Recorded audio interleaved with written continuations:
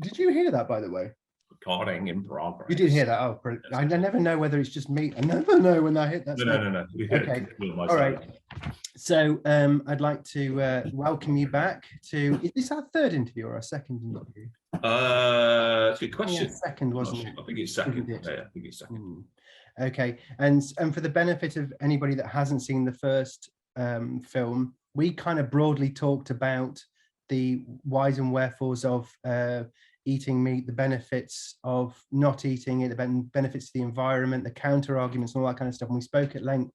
I think we nearly hit 2 hours, which was quite a beast to wade through. Which is too long. You do deserve we should put something like a little thing at the very end just to test whether people actually watch it or not. But I think the thing about it is that this is an evolving journey, and I am on my journey getting lots of different viewpoints from lots of different people, and they're all sometimes quite compelling as a for, you know, a positive for eating meat, or a pushback on the vegan kind of agenda, really.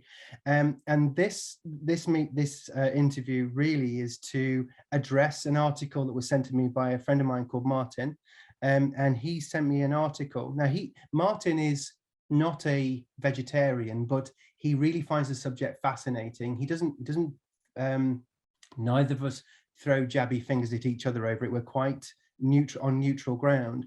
And actually, he mentioned this author when we were in a restaurant in Birmingham called Land, which is a fascinating place, where they just choose not to have meat on the menu, as opposed to making any kind of fanfare about it. But anyway, this article, I'm sorry, I'm going to have to read this because I don't know how many times I've read it, but I keep forgetting his name. But the author is called John Lewis Stempel, who you are already familiar with. And for the benefit of those watching, he's a farmer and historian, is his broad term. Now, what I wrote to Richard is, broadly, I think his point, this article that he wrote, is don't throw the baby out with the bathwater. I think this is a stronger counter argument to veganism if you have no empathy for the slaughter of sentient beings. Now, I'm not trying to be, you know, clever when I say that, but simply that is the way I saw it. He's saying, yes, factory farming is bad, but locally farmed, humanely killed livestock is actually essential for our ecosystem and for the survival of rare breeds.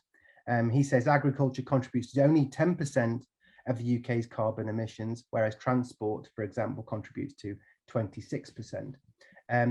And I think people who want to justify eating meat will use these arguments, and I would like to discuss this with you. Now, so you've had a good read through this article too. Yeah. And yeah, if you can just give me your thoughts on those points, really. Interrupt me, because otherwise I'll go off on a huge monologue and it'll be half an hour go by. My first thoughts were, I mean, first of all, I do enjoy him as an author. I've read 2 of his books, and he's a very good author. He writes very passionately about wildlife. Secret Life of the Hare is a particular favourite of mine. But he does have a vested interest. He's a livestock farmer, and yes, okay, he will put himself at the leading edge of livestock farming in terms of, you know, really thinking about how you create a more sustainable mixed farm. But I think the views he's taken, you know, I get the sense that he is looking back to a time when we had this, what he himself, I think, describes as a sort of medieval farming system, cropland, very low stocking densities. And I'm not sure how practical that is, first of all. I would much rather look forward, thinking about some of the really exciting, you know, advances in crops, in green manures, in accurately dosed fertilizers, in, you know, laboratory-based meats, plant-based proteins. I do think this is where the future's at. So I think rather than looking back to some sort of pastoral idyll, it's actually much more progressive to look forward and think actually there are some very interesting thoughts out there at the moment. On the issue of 10%, yeah, you know, the UK government's own data suggests agriculture in the UK contributes 10% of global greenhouse gas emissions. That doesn't mean you don't do anything about it. You know, it's not an either or, it's a both. Yeah, transport, energy, agriculture have all got a role to play. And it also excludes the amount of meat we have imported as well. Well, exactly, and the fact that globally emissions from animal agriculture alone are thought to be anywhere between 14.5% and 16.5%. It's not good enough to only think about UK-based food, because the reality is, particularly post-Brexit, we will be importing a lot of food, unfortunately. That will be to the detriment of farmers. And just lower stocking densities on land it's actually quite an inefficient process. The whole point of industrialization is it's bad, but actually, in terms of the inputs that you use per unit output of protein, if you want, or calories, it's actually very efficient if you exclude all the polluting externalities. And the other idea is somehow, I think that you need cattle on grassland, and because a lot of this land can't be used for anything else. And again, I don't know that that's necessarily correct. You've got to distinguish between pasture land, which, yes, a lot of that is upland, sloped, acidic, compared to cropland. Yeah. And when you look at cropland, the greater share of cropland, over half, is actually crops, fodder crops grown for animals, which could easily be translated into direct food for humans, rather than sending through this incredibly inefficient protein conversion machine called a cow or a sheep. And there are studies out there, I think, that show that if you just left the pasture lands alone and didn't worry about what you could do with them, and just converted UK cropland that's used for fodder to food for humans, then we could probably feed ourselves all the calories and protein that we need. It would take a bit of a behavior change in the shift, but if you did that, and you were using some of those crops to create, interesting plant-based proteins in the form of burgers and sausages and the things that are on the market now, and you think about cellular agriculture and the advances there, where you can start to create cultivated meats and dairy in industrial premises rather than on the farm, with low carbon, in a healthy way, with the omega fats that you need. That feels to me like a much more progressive future than one which has this ideal of mixed farms and low stocking densities. I'm not sure how good that is for a population that's heading towards 70 million in the UK. And there are estimates, actually, of course, that, well, there's two things. One is that meat will become, I think my worry will be, meat will become something that's only exclusively for people who can afford it, because the price is bound to go up. Yeah.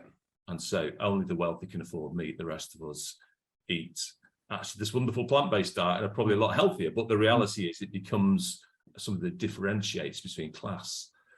And the other one is, if it doesn't, if you want to, if there is still a demand for meat, then you're going to start importing meat. And to do that, you'll have it just coming from intensive practices elsewhere.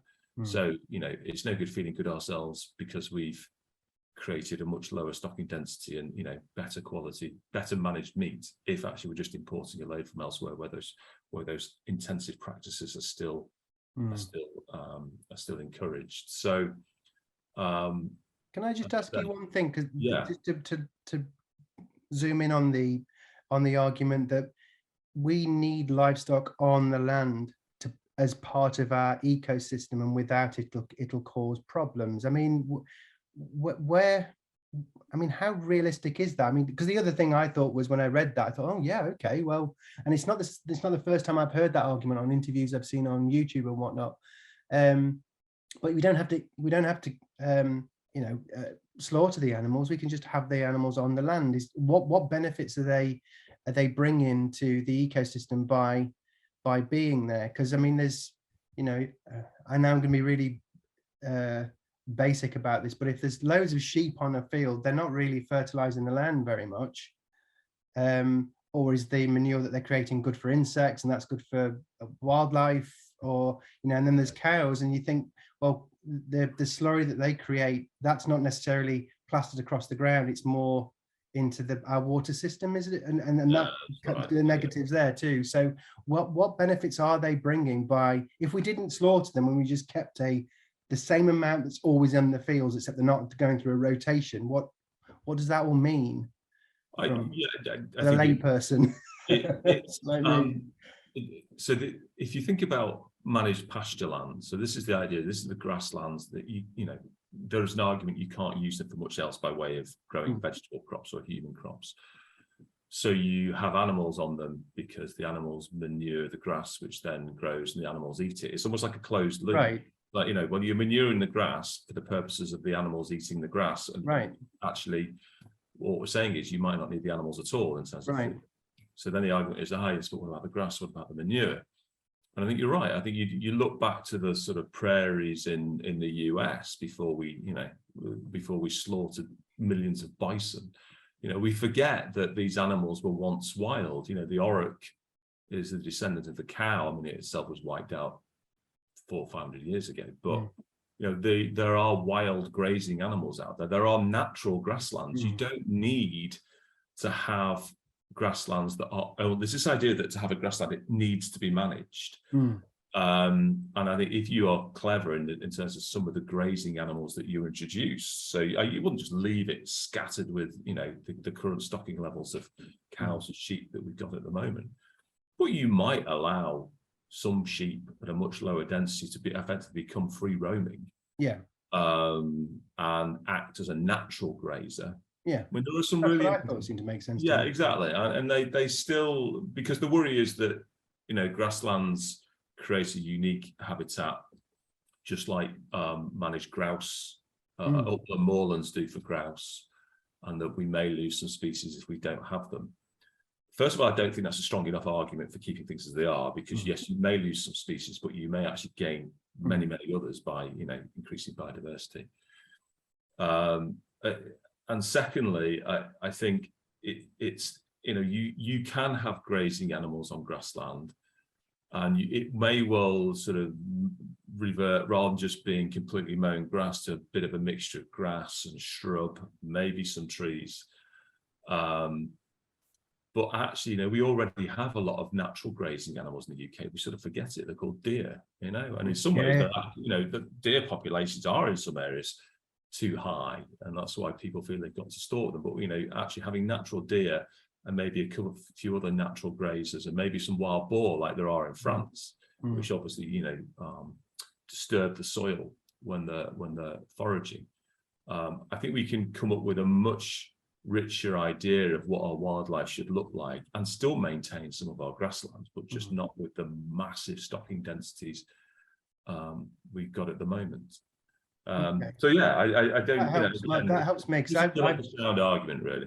Yeah, I did wonder, because I thought, well, just don't kill them, but keep them roaming around then. And then the argument will come to say yes, but you bring all these, so like deer, you bring all these grazing animals in. I don't know if you remember the old model, if you're from like O-level biology, of the rabbit and fox populations, you know, and it's this old idea. As the rabbits increase, the foxes increase, and the foxes eat the rabbits, then decline. They go through the cycle. And what we're missing in the UK classically is apex predators, as they're called. So, you know, you look at Yellowstone Park in the States, I think Yellowstone Park, where they reintroduced wolves. So rather than just going around shooting the deer that were, you know, massacring a lot of the sort of herbaceous plants, introduce an apex predator like a wolf, and actually it keeps the deer population down. Plants themselves can flourish, biodiversity comes back. Wolves don't attack humans. You know, the old myths and legends and fairy tales, it does not really happen. I think more people have been, I don't think there's been anyone killed by a wolf. I don't think I'm right in saying in the last sort of 20, 30 years in Europe, but there have been lots of people killed by dogs. So again, we've got to get rid of that idea that introducing wolves. I can just imagine bringing that up in the pub though. What we're going to do, right? We're going to put some wolves in the forest, and but I mean, that's, you know, I don't think that you have to have every argument perfectly. No, you don't. But the reality is, you know, we're introducing some of species like beavers. There was somebody, I think that's better. Beavers.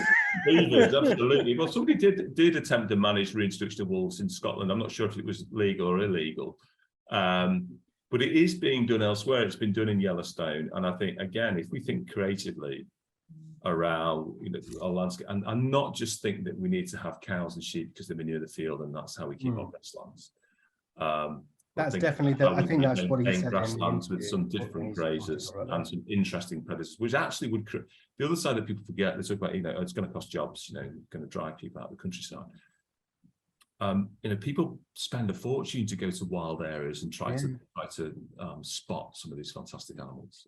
Ecotourism could be huge. You look at people who visit the Lake District already just to walk. You know, if there was a massively diverse, much more diverse landscape than there is at the moment, because Lake District, there's a lot of conifer block plantations and bare hills, which is due to sheep mainly. You know, actually, if it was in some way reverted back to how it used to look, I think you'd get more people going to the Lake District. Oh, for sure, yeah. I don't.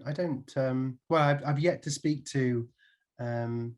I've got a few in mind, and I hope we can be talking to the NFU as well via Heather Wheeler, to talk about that subject, because it's very easy for, I guess, especially me, it's very easy for me to say, well, they'll be fine because they'll just have log cabins and, you know, tourism is on the up and all that kind of stuff, so they'll be fine, which is very easy for me to say. But I don't know whether I could stand and say that to John after he's come from an 800-year heritage. No, and this is the thing, and people will say, long. You know, it's all right for me to say I'm not a farmer, I don't understand. That's absolutely right. I'm not a farmer, you know, but it doesn't mean I can't have a view.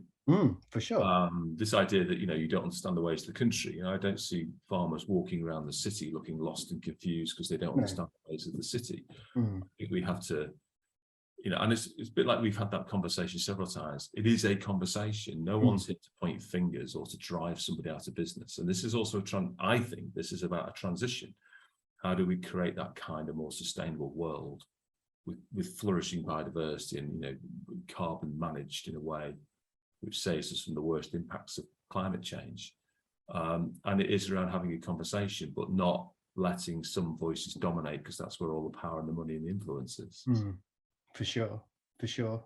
I've got this video that's coming out on Friday, which is quite an it's basically suggesting that at some point the amount of people that are not eating meat will overrun the amount of people that are eating meat.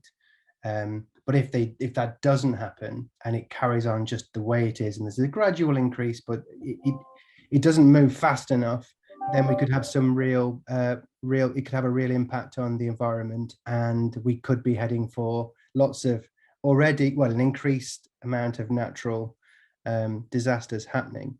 And it did occur to me when I was editing the video, and I thought, right, okay, well, let's say, I mean, the thing about YouTube and about social media is you're not just talking to everybody in a concentrated area, you're talking to hopefully everybody worldwide. And it's been really interesting when I put the other videos out, well, why the kind of the differing comments, like, say, for example, I had like a small kind of, I think, African contingent that were replying back that were kind of quite religious, and they were saying, well, you know, it's God's right to eat meat. He said that we should do this, and it's full of protein, all that kind of stuff. But I think that, you know, that's the good thing about. But anyway, what I'm waffling on about is, it did occur to me that, okay, you know, you do everything you can do, and I do everything I can do, and collectively in the UK we do everything we can do to help people. Not help people, shine a light on the areas that they might not have been aware of, because I certainly wasn't 6 months ago. Let's say the whole of the UK largely becomes at least vegetarian. I mean, what sort of impact do you think that would have on? I mean, I know it should be a gradual thing, and we all kind of catch up together because we're a globe, you know, we're global now. But how much of an impact do you think that would really have on things when? I can imagine, and forgive me, American viewers of this, but I can imagine there's going to be certain very rural aspects of the States where they're just going to go, nope, not doing that, nope. And other, you know, huge states around the world. I mean, if they all go, well, it's bunkum, and it's going to take them 10 to 20 years to come to the same conclusion. I mean, what sort of fate do you think that we have on that basis, really? I mean, and, you know, especially as where you sit inside your organization, and that sense of progress. Yeah, and I think this is the danger, isn't it? Talking about what some people will appear like a cliff edge or an ultimatum, in that, you know, I'm going to take your meat off you, and I'm going to take your farm off you, and we're going to rewild it. And I think that's where we need to step back, and that's where it's useful to talk in longer time for us. There is a tension between the need to go quickly. You know, we've got to, in this country, we keep talking about needing to halve our greenhouse gas emissions by 2030, which is quite a challenge. While at the same time bringing people along with us for the ride, so to speak. And I think that's why government is much more focused on, how can we decarbonise the transport sector and the energy sector by, as Joyce Eustace said, I'm not here to lecture people on what to eat. It's all, no one's here to lecture people on what to eat. We're here to encourage and inspire and open up the debate. Don't close down the debate, because that's what you've done essentially by saying that. Yeah, and I don't know anybody that will respond to be debated, or lectured to by the government anyway, really, unless it's life-threatening. And COVID was a great example of, we really did what they, and then everyone liked it. People took a completely different view, so it didn't actually really work on that for a proportion of society. So I think it's helpful to think, okay, so what would the world look like in 2030, 2040, 2050, and not talk about actually what would happen if the world went vegan in 6 months, because that's where all the head-butting comes in. And actually what you need to do is to say, well, what if we could give you the vast majority of the meat that you eat already, but it's just produced in in an industrial process? It's exactly the same. In fact, in some ways it's healthier, because we can manage it. And if you can get over the Frankenstein food bit, because we'll get over that hill quickly. It's Frankenstein food. Oh, actually it tastes pretty good. Oh, actually, I'm not dead. I ate it and I'm not dead. And it does fry like a burger on the barbecue, so now I've got an option of a plant-based burger or a meat burger that hasn't actually come from an animal. And suddenly, like, actually this transition's not too hard.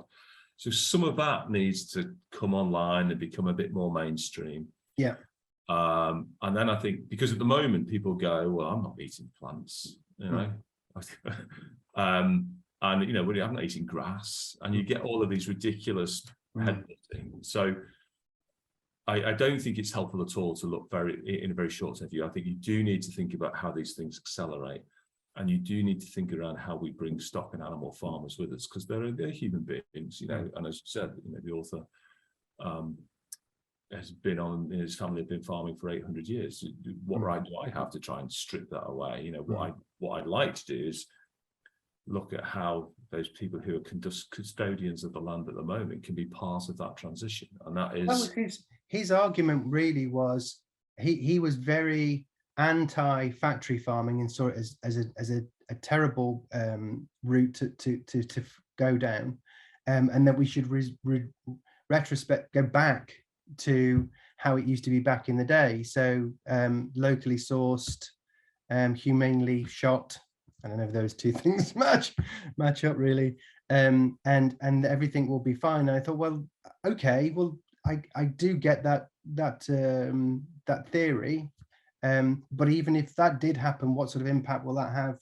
And just have this is, you're right. I think it's about looking at the future. And I mean, how far down the track do you think we are from to start seeing the types of foods that you're alluding to in the supermarkets? Do you think on the front line of it? There's a company called Ivy Farm in the UK, spin-off from Oxford University, who are looking to get to market in 2023. Okay. Some of these products. Wow. Currently, they do have to use a live animal biopsy, but I think that will change. So I think you certainly, if you think about 2030, maybe the product range in the supermarket, and you think also it's not a linear progression. That there's a huge amount of investment pouring into this now, so it's actually going to be exponential, if not higher. I think. So yeah, I think by 2030, we're sitting here going, actually, our food system has shifted quite significantly. On a global perspective, that's going to be more challenged. You mentioned religion, and people are, quite rightly, people hold very strong religious beliefs and see meat as something which is, and the Christian religion is a huge part of that. Islam, Judaism, there's only Hinduism. Vegetarianism isn't really a tenet of Hinduism, but some Hindus are vegetarian. Jainism is probably the one that, whereby I think a much greater proportion are genuinely vegetarian. But you are going to have to get over these cultural beliefs, and also be mindful of the fact that there are many countries in the world where there isn't a Tesco on the street corner or an Asda, or that again, that just transition has to work with people and say, well, maybe meat eating in certain countries will have to prevail for a longer period of time until society has shifted. But actually, if we can get the intensive agriculture away, and actually if the developed countries are are leading the way in that transition to plant-based and alternative meats, then that can only be good, and other countries can maybe go at a slower pace to suit their own cultural or developing economies. You've got to be quite careful here, because it can all feel like the Northern Hemisphere dictating to the Southern Hemisphere, which is a very valid challenge and criticism. So we do need to think about how those people who don't live in developed countries and have the resources that we've got can actually be part of this transition and not lose out. Just in the same way that we don't want animal farmers to lose out. But the one thing I'd say, coming back to your point, and I think it's really critical, because you mentioned this idea of shooting animals in the head and humane, and the author John Stemple, Lewis Stemple, thank you, talks about the moment at which he sort of had that Damascene conversion, that his sheep weren't just automatons or stock units; they were actually thinking, feeling animals who were in distinct family groups, and could remember faces, human one faces. animal out of its misery. They sort of avoided him for quite a while because so these are thinking, feeling, intelligent animals, and yet the idea that we can sort of finish them off with a high velocity shot to the head is, I just think people get really upset by this, but put it in human terms. If you were to suggest that grandma's past her best, so perhaps we let her go for a walk in the garden, and dad will take her out with a high velocity rifle while she's it's humane, isn't it? So we'll be aghast. And yet no pigs are gassed. We can, and it is this idea, this cognitive dissonance, which is a psychological term, which is that we all, it's the idea that you can hold two sort of opposing views in your head which are contradictory, but you can hold them both equally at the same time. So this idea that I'm an animal lover, but I don't mind animals being killed, as long as I don't necessarily have to do it. Now, the author in question is saying, I'm actually quite happy to do it, and sort of sets that idea that, if I'm happy to look an animal in the eye and shoot it, I should be allowed to eat it. And again, I'm not sure that's a particularly logical argument in a way. My argument would be, well, why do you need to kill the animal in the first place? But a lot of us do pass that job on to somebody else. Most of us would be far too squeamish to ever cut an animal's throat or shoot it in the head with a rifle, let alone the business of gutting, skinning, boiling, ripping out all the innards before you get to the bits of meat that actually you want to eat. I think if we all had to do that ourselves, I think there'd be a lot more vegetarians and vegans in the world. But that cognitive dissonance allows us to walk around with those two opposing views. I love animals, and I know animals are killed, but I hold those two views in my head. I love them, but I eat them, and I know they're killed. And I think that's why, certainly psychology suggests that's why people can react very badly if you hold the mirror up and start to talk to them about vegetarian. Why people react the way they react because they sort of know. And they know that there are alternatives out there, and they know it's probably not something that they could do themselves, and they don't really want to have that exposed. And so that's why people get quite cross quite quickly sometimes. And the old jokes like, how do you know there's a vegan in the room? Don't worry, they'll tell you. That they're going. You're going to be, if there's a vegan in the room, God help us, because they're going to jump on you and start berating you. That's kind of true, though, isn't it? So I do think, you've got cultural beliefs, you've got religious beliefs, you've got this cognitive dissonance that we all carry around. There's a sense, maybe even a slight sense of guilt that we sort of know instinctively that we wouldn't have it in us to kill the animal, but we're happy to have somebody else do it as long as I don't have to see it. Or look at it. And again, coming back to the author, there's an element of that really, I think, in that, I recognize these things as sentient beings. Well, I'm quite happy to shoot them in the head with a rifle. It did throw me, that part, because the first part I thought, this guy's got real empathy for animals, and there's a strong argument, it seemed, to from an environmental point of view, and then it just descends really. Maybe he didn't expect people to get that far down the piece. Look at the uproar when the undercover investigation into greyhound racing broke the news a few years ago. And there was a uproar because once the greyhound had reached the end of its life, they were basically taken off, shot, discarded, sent off to the abattoir, thrown into pits.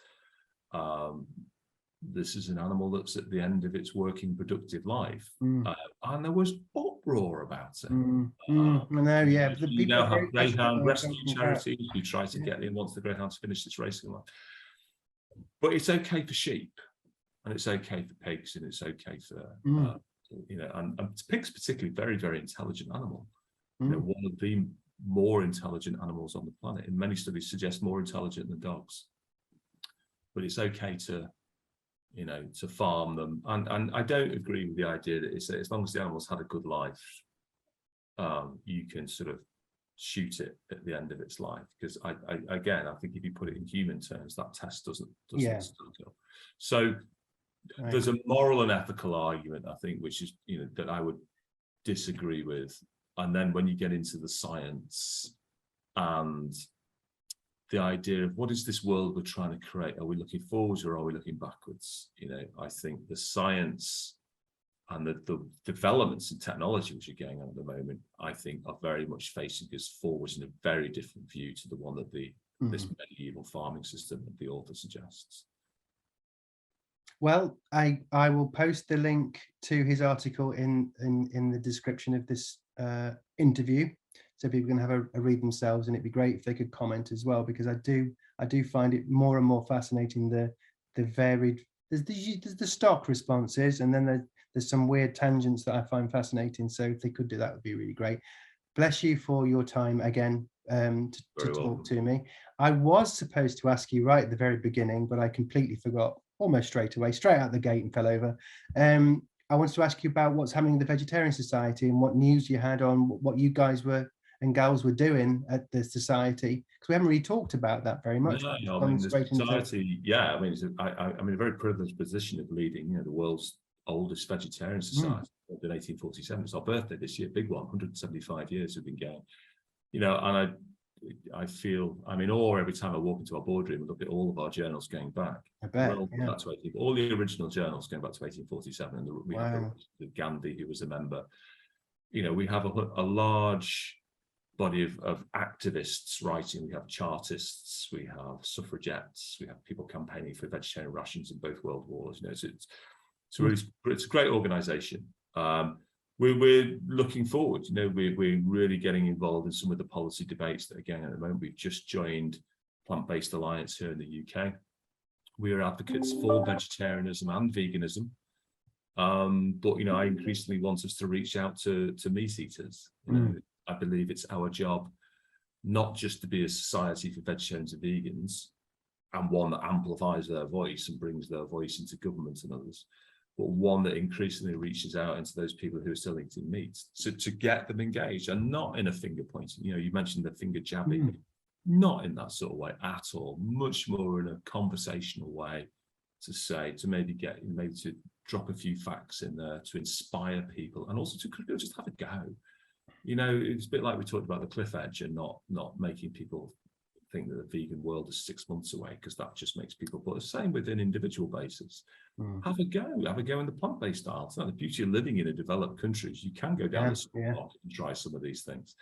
And people say, oh, but you know, it's a very middle class thing, I can't afford it. Well, you know, research from Oxford University before Christmas suggested, forget the plant-based substitutes, a whole food vegetarian vegan diet, pulses and beans and fresh vegetables is actually cheaper than by a third cheaper than the meat-based diet.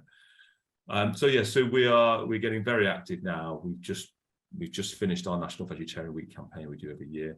We've got loads of people coming through our cookery school.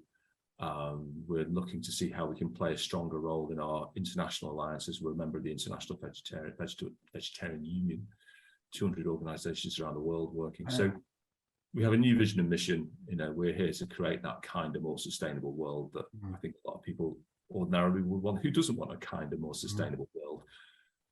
We've all got slightly different views on what that means. And my view is it's a world which is absolutely low carbon and which is free of, in many respects, free of animal agriculture. Dairy is an interesting one for us, you know, and as I say, definitely an advocate for vegetarians as well as vegans.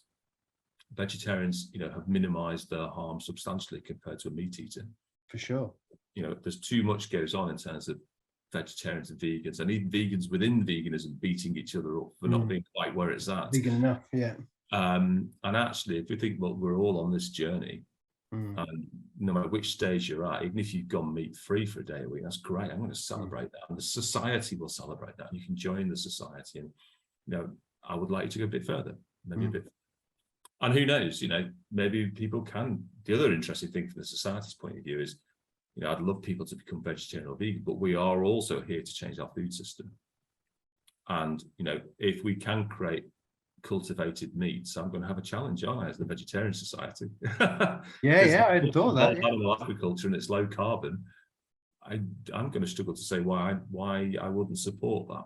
And cultivated dairy is a particularly interesting one for the Vegetarian Society, because if you can have milk and cheese without the animal involved, then again, sort of, what's not to like. So we are here hopefully to inspire and encourage as many people to come along. And if people do join the society, they can access our archive, they can look at some of the historic writings, they can have a go at our cookery school, and they can get involved in our policy work and our petitions and our campaigns.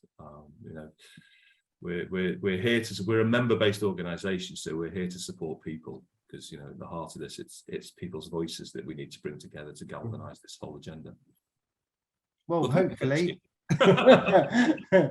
this is amplifies the voice in a very small way. And thank you very much as always. And once I find another article that is got amazing counter argument, yeah, absolutely, then we can bring that to task as well. So thank you very much. Pleasure as always. Thanks, Scott. Tasty little roadkill. If it happened naturally, I'd turn on the grill.